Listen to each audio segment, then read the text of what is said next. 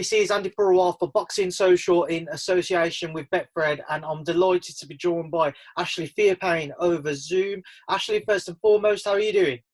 I'm doing great, my man. You okay? Yeah, I'm good. Thankfully, I'm all good and my family's good. It's obviously good to Okay. hear you're doing well Yeah. yourself. Yeah. Talk to me about lockdown, Ashley. How have you found the past few months? You know what? I found it to be okay because I'm planning to have my own gym. I've just had like 3 months to plan more, to look for where is a place. I've been staying in shape. I've been doing some online stuff. So I've been trying to make my mind right, and I've just been staying in shape. So for me, it's been okay, but I know for everyone, we all have our own little stress, what's going on in our lives.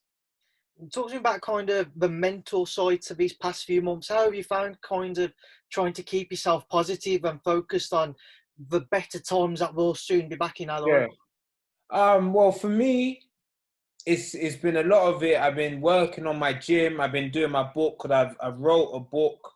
So I've been working on my book. I was just doing that now as you know, like before this.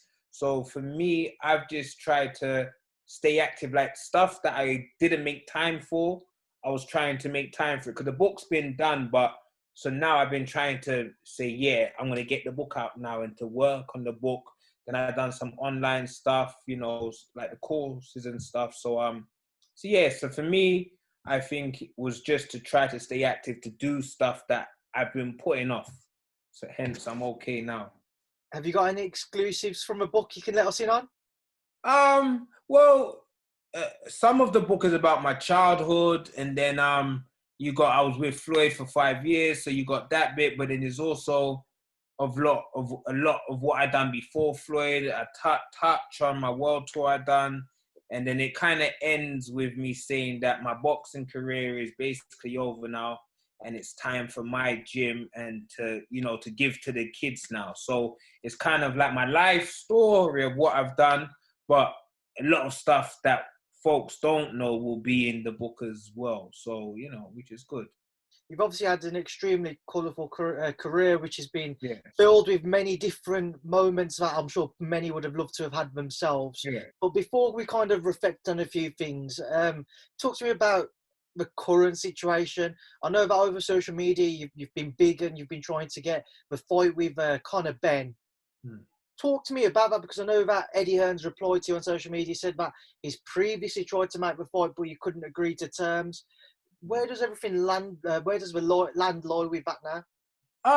Well, I haven't tried to get a fight with them. They've tried to get a fight with me. I don't give a shit if we fight or not. But so the point is, Hearn come at me. He asked me if I'm in the gym. I said yes, I'm in the gym. I said to fight who? He said Benn. And then he said the date it was, and it was 6 weeks. And I was like, yeah, like I've been eating stuff. Like, I've been in the gym, but my weight is nowhere near the fight weight. So then Ben DM'd me and was like, just cool. Like, you know what? Like I would like to fight you because you've done a lot in your career, and I think it would be a good fight. And I was just like, I said to him, like, boom, I was a fan of your pups. So, yeah, it would be great to fight you. I don't, you know what I mean? Like, I've always, because I was a fan of his dad, I've always wanted him to do well, but this is a sport. Like, if we're going to fight, we fight. It's not no big deal to me. And it would be great for me because I haven't fought here for 8 years. So to have my first fight here in 8 years, which will probably be my last fight here as well, would be good. And, yeah, so that's where it kind of it stayed. Like, Ben wants to fight. I mean, he wants to fight. I just don't know if Hearn wants to fight. I know Ben wants to fight, but I don't know if Hearn wants to. Because Hearn will think, you have to think, Hearn will think, am I shot yet? We don't know, because I haven't had a real fight in the last 4 years. I've just been doing my little world tour thing, just having fun. So we don't really know. I don't know if I still got it. They don't know if I still got it. You know what I'm saying? So it's kind of one of those what if things. So I think it would be a good fight. I've only seen clips of Ben, but yeah, like a lot of folks have come up to me and said they believe I would win and whatever. I don't know, innit? Like I'm old now. So you're judging me on some old, some past actually. But in myself, I feel good, and a lot of folk, I feel good. I don't drink or smoke or anything, and hence that's why I would want a camp, my 2-month camp, go off to America, and then just come back like a beast, beat up Benn and retire. So you know what I mean. So who knows? So it would be a good fight. I know Benn wants to fight. I'm up for the fight. It's just for Hearn to come correct and to try to make the fight. So the ball is really in Hearn's court if he wants the fight to go down or not. If he wants the fight to go down, it will do. So that's where we are. You obviously mentioned that kind of nobody knows, not yourself and not Eddie Hearn or kind of Ben. Nobody knows just how much you've got left in the tank. When you are training though, when you are going into the gym, how do you feel? Do you feel like you could still give Conor Benn a tough fight? Do you feel like it would be a very good fight still? Or? You know what? When I like over the past the 2 years where I done my world tour, I only sparred with like young guys. So it's not like I was sparring with old guys. I had Mo and Garib, I was spar with him, and Andi SC as well. So there was 2 pros that I would spar with. They've had like 10 fights around. And so judging by going by what I would do with them, like I still got it. I'm not what I was, but it might still be enough to beat Benn. So for me, I think, but because when I tell my friends that, I want to retire soon, a lot of them are like, nah, Ash, like you're still in shape or whatever it is. But it's not like, say to my friend, I want to retire soon. And he was like, nah, don't retire yet. Like you still got it. But I should retire while I still got it. Why would I retire when I'm old and get hurt in the ring? Like, you know what I mean? I've just done my 10-fight world tour thing. So that was for me to have fun. It wasn't about making dough. I made dough with Mayweather Promotions. It was more a thing for me to have fun, go around the world to meet the fans and to get some wins. So, like for me, I think it would be a good fight. And I saw some fans saying, that Benn will stop me, blah, blah, blah. I've been dropped once in 59 fights. Like, I fought everybody, and I've been dropped once. That's including sparring. So the chances of me getting dropped are very slim. The chances of me getting stopped is still slim. I've only got stopped once, and that's when I fought for the world belt, and that's when I got hit low, and I complained to the referee, and the referee stopped it. So for fans to say, Benn will stop me, I don't believe that to be true. If he was to win, it would be on points. But if I was to win, I might stop him because I don't know. From what I know of him, he comes out hard and is rah. I would soak that shit up and then, you know what I mean? Like, just don't burn everything out because I know, that's what I'm saying. That's why it's good. I spar with a lot of young guys. And what I know with these young guys, it must be like sex. They like to fuck quick and then they come and then shit. I'm an old man. I take my time. It's not a rush. It's not a rush. So I don't know. It might be like that where he throws everything at me. He doesn't stop me by round 5. And then, it's play time. So it could be a very good fight. He's got youth and I got the experience. So I think I can win, but he also could probably win as well. I don't really know, but from when I get into camp, my mind frame would change, and then I would be like, boom, I'm gonna win this. So I think it would be a very good fight, and it's up to Hearn if he wants to make it come true or not. You obviously said that you're coming towards the end of your career now. Do you feel that it is either kind of Conor Benn or retirement, or is there anybody else who you would be willing to face on UK shores before handing the gloves? No, like from after my last fight when I got my 50th professional win, I didn't give a shit if I fought again because I had achieved my goal of my 50th professional win. I had done my world tour. I've done whatever I've done with Mayweather Promotions. I was British champion.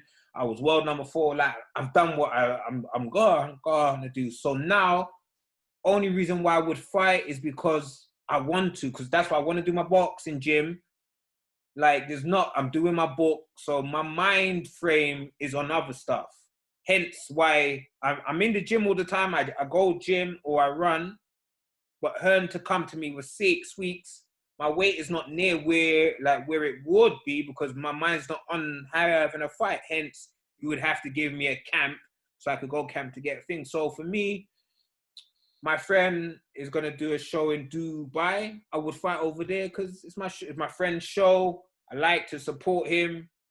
And I like to have a little, like a think. We fought there last year and it was a great show. So I'm like, boom, I wouldn't mind to fight on his show again if I could do it. Then I wanted to go to Africa to win the African belt. You know, so I'm African champ. So anything I do now is just me doing it because I want to. I don't have to. So hence with the Benn fight, like I don't give a shit if we fight or not. But it's actually, I like Nigel Benn as like when he used to fight. And for me to fight his son, it would be cool. Like, you know what I mean? It would be cool.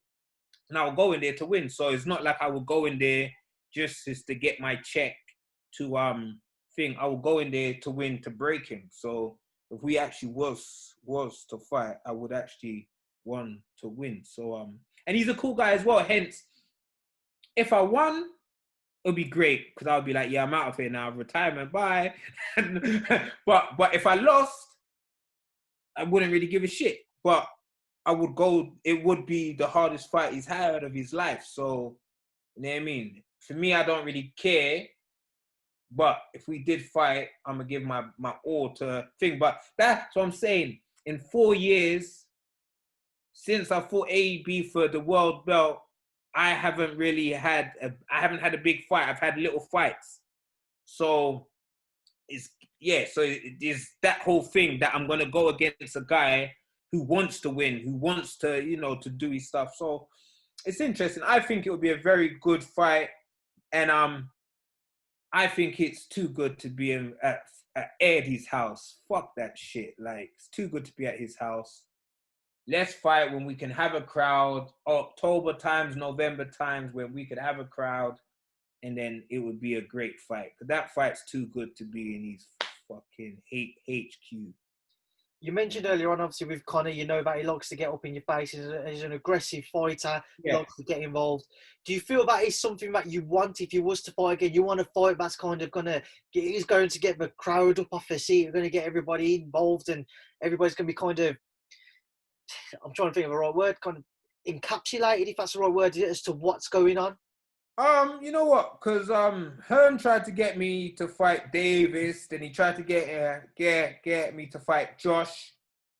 Then now we got Benn. Like, Benn is the only one of the three that I'm like, it's actually a good fight. You know what I mean? So because of the story behind it, like his dad, I used to love to watch his dad fight. He's now turned pro. He's on his course to be a champion, if it's British or European, whatever he's going to do. I don't know how good he is, but to fight a guy like me who's kind of done it all, fought all over the world, fought like some big names in the sport, fought for the world belt, being British champion. So I'm kind of like, even though I'm older, but I still got hands. So I'm like, I think I'm a good test, but at the same time, I think I would beat a lot of the welterweights that are over here now anyway. I just haven't been able to get fights because I can't get fights here. Promoters don't want to give me no chances. What it's always been.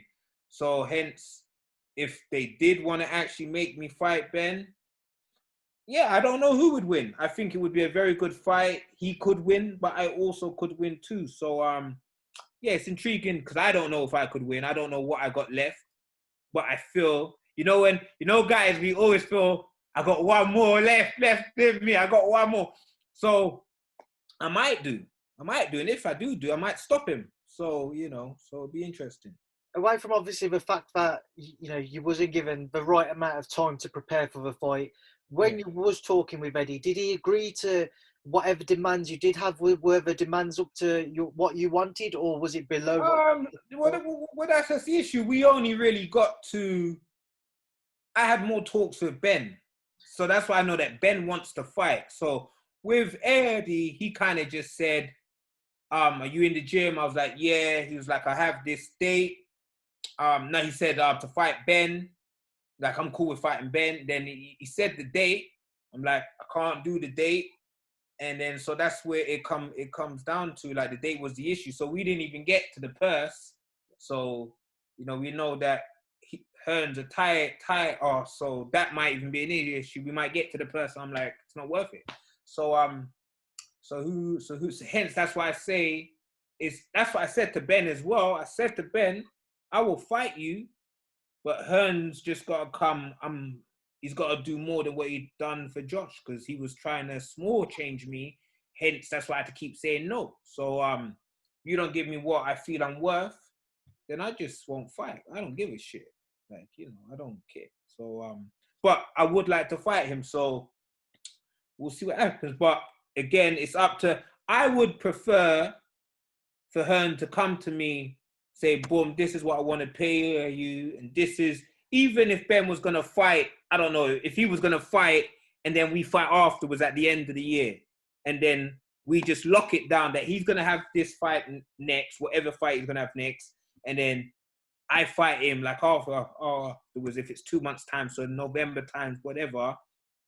But, you know what I'm saying? Like, some promoters are just hard to work with, you know, and like, because they believe their own hype. They just, you know, and this is why I speak the truth. A lot of promoters don't treat fighters with enough respect. We don't fucking work for you. We don't work for you. Like, we are self-employed. You don't pay our taxes. We're self-employed. So a lot of promoters don't treat us with enough respect. And hence, that might be why I didn't get no opportunities here, because a lot of my peers, they get treated like shit and they allow promoters to treat them like shit. And I don't do that. Hence, I would just work with promoters who will treat me good, and I would just go abroad. So I think and we've seen it done. There was the press conference where it was said that promoters, I'm not going to say names, but there was a certain promoter, an old school promoter, he said they used to just tell the guys what to do, and that's what it was. But hence, nowadays, it's starting to change, but it's changing for the guys who are big names, like the AJs and the Whites. But the small-time guys, a lot of promoters, they like to tell them what time it is, and you don't have no options. So I like to see now that more pros are standing their ground and are saying no. Hence, Hearn couldn't get Benn a fight because he didn't want to pay the purse, like the British champion, whatever it is. Like, I heard there was like 2 other guys who said no to the fight, and that's because Hearn doesn't want to pay, or he wants to underpay. So that's an issue, you know what I mean? Like, everyone should get paid, not just their promoter. Actually, just obviously to stick with Conor, you mentioned that you'd be willing to face him if it was a couple fights time. One fight that he was considered for was Chris Jenkins. What would you be thoughts if Conor fought Chris Jenkins for a British title? I've never seen Jenkins fight, so I don't really watch the fights unless it's like a big fight. I don't watch him, so I've never seen him fight. I know he beat that other guy. What is the other guy? Who? Chris Jenkins. Who did he beat for the belt? Johnny Garton. Yeah, so I sparred him like 9 years ago when he was just like turning over. So he's done well. He became British champ, but I think I watched him once, but I don't watch a lot of these guys. But yeah, I think those kind of fights are good for Benn. You know what I mean? Like, obviously, if Hearn wants to make those fights, it means he believes that Benn can win. But I think Jenkins is with Frank.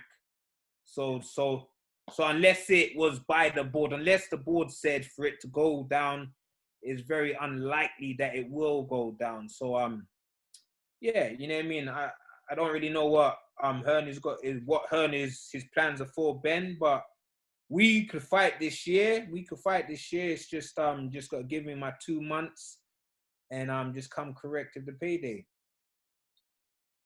Just away from that fight then, and just trying to get your thoughts. We are going to see behind closed door shows returning starting this week. Frank Warren's putting a show on Friday night. Firstly, what are your thoughts on behind? Frank's doing one this week.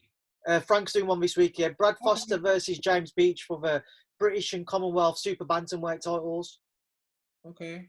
But what's your thoughts on, behind closed door shows? Starting with obviously Frank at BT Studios and obviously Eddie's Yeah. Matchroom Garden shows. Yeah. You know what? I think they're actually good. Like I thought at the MGM when like Floyd was going to fight, but I was on at like 1 p.m. Like Floyd wasn't gonna fight till 8. So there was no one there. So I basically there was like 10 fans there that came to see me fight. So I've kind of fought in the MTA. I fought at the night clubs, and so I've kind of fought all over the place where I've fought at the small hall shows and I've done the show. So for me, it kind of just feels like a hard spar when there's no one there. You just have to like just put your mind to it and you and this guy just do what you got to do. So it is kind of weird when there's no one there, but I think after like round 1 or 2, you just get into the zone and just start to go to war with whoever it is you have to fight. So I think it's good because we saw that the footballers are playing now. So, it's going ahead. So why not us? And at the end of the day, this is our job. We need this to make cash and stuff. This is how we pay our bills, a lot of us. So it's good. It's good to see the promoters now have come and they're making it, because there's been a young guy who's on one of the shows and he's asked me to spar, and I'm like, I ain't got no fight, so I'm not gonna spar for the fight. I'm too old now. Unless I got a fight, I ain't going to spar. So I've been asked to spar by one guy twice, and I'm like, I'm doing my gym work, but I ain't gonna spar if I don't have to spar, man. So yeah.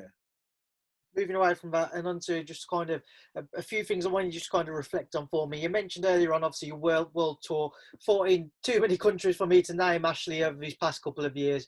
But what prompted that? What made you decide to go down that route instead of maybe engineering yourself towards a certain title that you may have wanted to win still?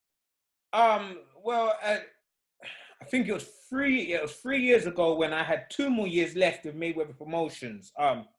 I said after my deal with them, so it would have been 6 years with Mayweather Promotions, I wanted to do a world tour to just go around the world and just fight in different spots all over the world. Like, because a lot of times, like Brits just think, oh yeah, like it's the best here, blah, blah. But you got Americans who got it there. Like the sport is a worldwide sport, and sometimes I think that we forget that we only see like the big cards, so we kind of forget that it's going on all over the place. So for me, it was kind of cool to fight all over the world and do that, like to see fans there and the fans to actually know like who I was, and to work with all of these like promoters and stuff who are. So for me, there were some pros who like, I can't believe that I'm on the same show as you and whatever it is. So it's kind of like the same kind of way that I still like to go to York Hall and to see these young guys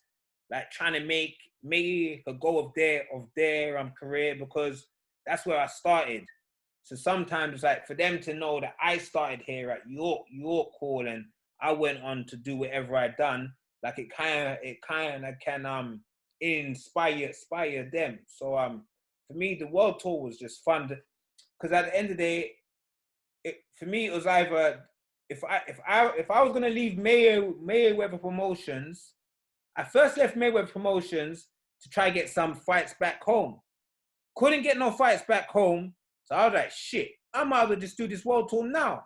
So that's kind of how it went. And then while I was doing the world tour, Hearn offered me like the Josh fight like 2 or 3 times and stuff, but we couldn't agree terms. So then me doing the world tour, it kind of kept my name out there, and at the same time, it's like if I didn't do the world tour, it's like I'm gonna retire. So I would rather do little fights, keep my name out there, and stay active, than just stay in the gym. If you stay in the gym, you just get stale and going. Even if you go out and do a small fight, you're still gonna get nerves. And you're going abroad, so you don't even know anyone. So you don't trust these people. Like, it could go to points and you get robbed when you really won.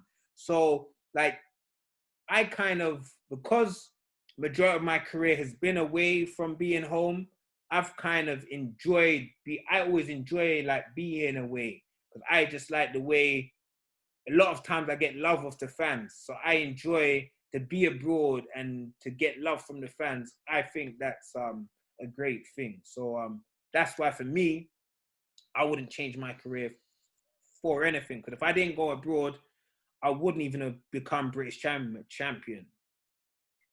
Ash, one man in particular who I know has had a huge influence on your career when you linked up was obviously Floyd.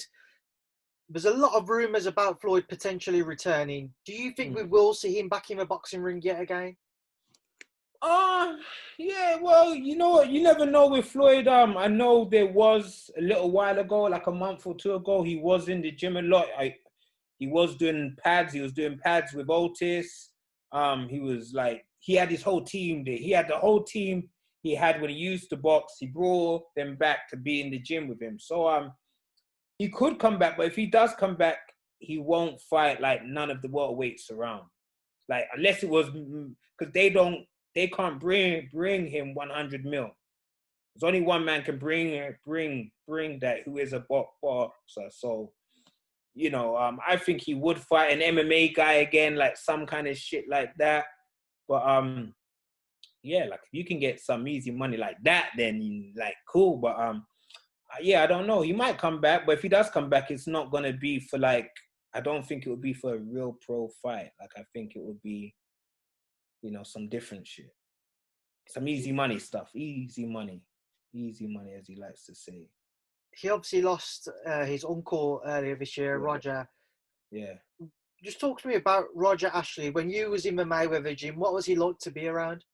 Yeah, Roger was hot and cold. Like if he liked you, you knew he liked you. If he didn't like you, you would know. So he was kind of like one of those guys who cool, get straight. It was kind of weird because while I was reading over my notes that I done for my book, I remember that when I first went to the gym, he was the first coach that I worked with. So I worked with Rog for like, I think when I was British champion and I went there, I worked with him for like the 2 weeks that I was at there. So the first day I went there, I done pads with Roger. So like I forgot all that, and I was like, wow, like so yeah. So I was just writing a bit here now. Where I just went for a bit here where he had some argument with a next coach.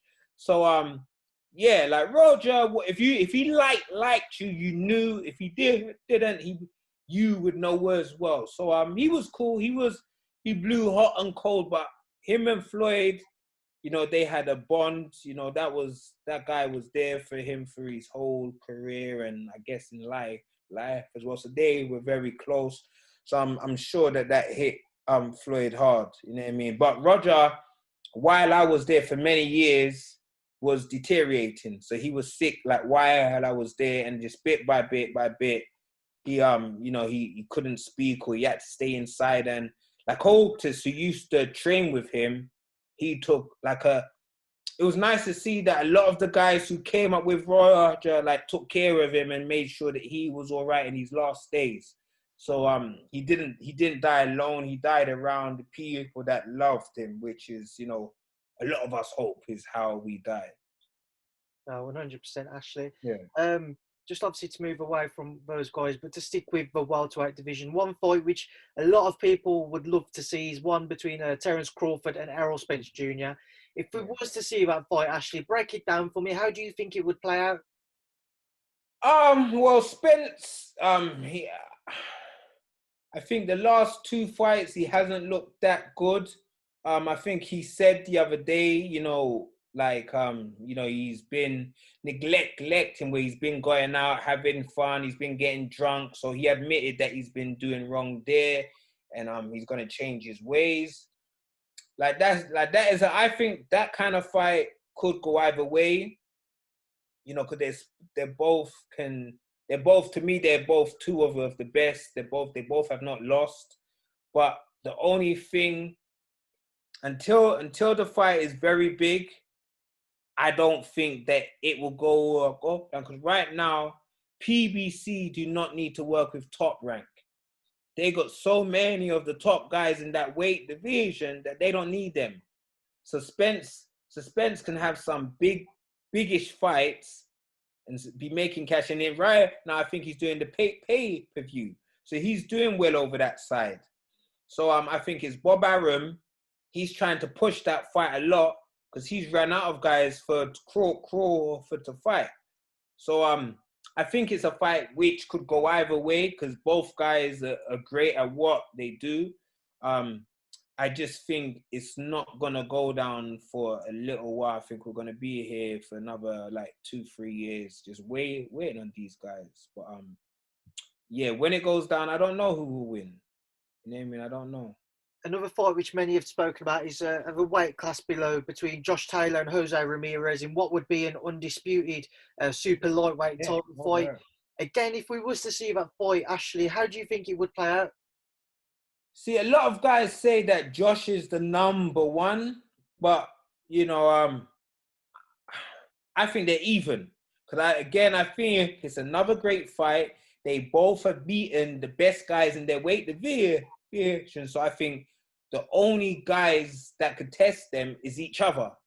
And, yeah, like with that fight can go down. It can happen because there's no promoter issues going on there. So, I think Josh could do it. I think Josh could do it because every time I've seen him fight, I've watched him like 3 times, and he seems to just break these guys down and he can box and fight. So I kind of side to him, but Ramirez too is a great champion. So I do think these 2 guys are the only guys in the weight division right now that could beat each other. But again, you have the lightweights that are underneath. The young guys, which is a great division. I'm very sure in time, a lot of them like will come up to fight. With that lightweight division, it is stacked with a number of guys: Devin Haney, Ryan Garcia, Theophane Lopez. His names I can't even, I've too many to remember. But one fight which was announced, the WBC have mandated was one. Wait there, I've got to get the charger. Sorry. That's all right. Yeah, one fight which the WBC have come out and they've mandated is one between Luke Campbell and Ryan Garcia for interim title. If that fight goes ahead, Ashley, what are your thoughts on it? I think for Garcia, is it Garcia? Yeah, Ryan Garcia and Luke Campbell. I think that fight there, we don't know what Ryan has. We don't know what Ryan has. And I side with Luke because Luke has done it all. He's fought the best in the division, so he's fought the very best. So I side with Luke, but Ryan's looked good, but he hasn't fought like no one yet of that kind of thing. So I think it's a very big risk.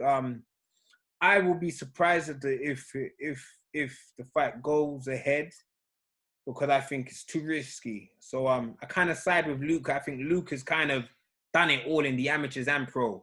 So I think unless Ryan has got this mad power that, you know, sometimes he looks like he has, but I kind of just think he's like the star of the weight division, but I don't think that he's the best. You know what I mean? One thing, Ashley, just to get your thoughts on is, obviously a few weeks ago we had the announcement that Tyson Fury and Anthony Joshua had agreed financial terms in principle to 2 bouts in 2021. Since then, obviously everybody's been picking up on the mandatories and what have you, and the WBC have now come out saying that firstly, Fury will not become franchise champion, and secondly, Dillian Whyte will have to face the winner of Wilder Fury 3 before Fury Joshua takes place. Yeah. What's your thoughts on that? Yeah, because I think with White, he's been waiting, I don't know, for 2-3 years, whatever it is. So he's overdue his shot, and he deserves his shot. And I think it could be a great fight. I don't know if he could win. He might be able to win, but he deserves his shot. So I don't know who will win, but he definitely deserves his shot. And then just say if he did win, like he just throws it all up in the air. So yeah. Another thing with White, I like that you rarely see it. Like he's kind of signing a lot of pros to give them a break. Like where like small hall guys, where they're on the small hall shows, I've noticed that he's been helping a lot of guys who he sees in the gym, who he believes are good. He's giving them a break, and you know what I'm saying, he's getting them fights on matchroom shows and whatever. So that kind of reminds me of Floyd. Like Floyd would sign a lot of guys that couldn't get signed by big promoters, so he just wanted to give them a break, and what they would do like would be. So White kind of reminds me of that, where he's signing a lot of guys who can't get no opportunities from like promoters, and he's just giving them a chance. So that shows the kind of man he is as well, that he's trying to give back, and he knows how this sport is. So he's trying to look after a lot of these young pros, which I do respect. Ashley, before I let you go, final word to yourself. What would you like to say to everyone who tunes in to watch our interview? Yeah, thanks for the love. I've always had a stutter since I was a kid, so I'm not punch drunk. And yeah, just thanks for the interview, my man. And hopefully me and Benn can get it on like later this year. Then I can beat him up and retire, and it'll be all good. Ash, it's been a pleasure to catch up with you. We'll keep in touch, and I'll hopefully speak to you soon. Stay safe, and best of luck with the coming months. Thank you, speakers of Boxing Social. Bye-bye. Peace.